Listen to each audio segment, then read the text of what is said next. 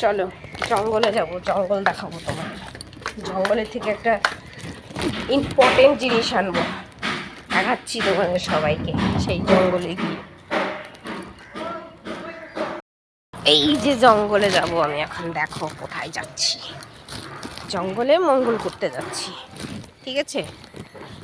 তো এটা কি গাছ গো? এটা পটলের মতন, পটলের মতন।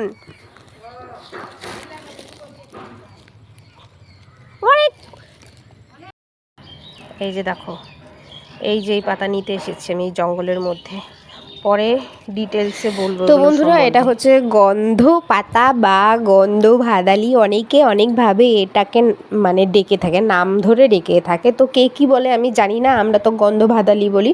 তো বন্ধুরা, এই পাতাটা হচ্ছে বাচ্চাদের পেটের জন্য খুবই ভালো। যদি গ্যাস হয়, বমি হয় বা পেট ব্যথা হয়, তো এই রসটা, এই গাছের রসটা করে খাওয়ালে তো বাচ্চাদের গ্যাসের পরিমাণটা অনেকটাই কমে যায়।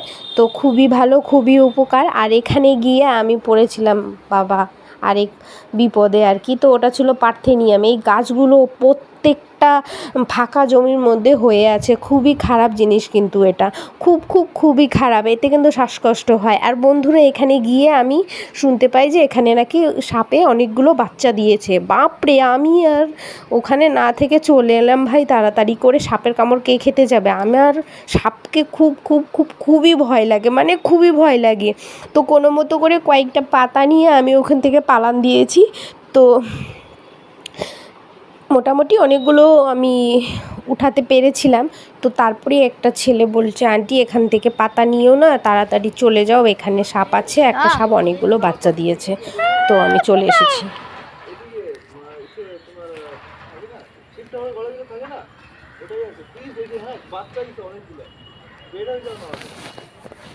আমি যাই। একজন বলল ওখানে সাপ আছে, 1.5 দৌড় ওখান থেকে। আমি তো চলে এলাম বাবা সাপের ভয়ে।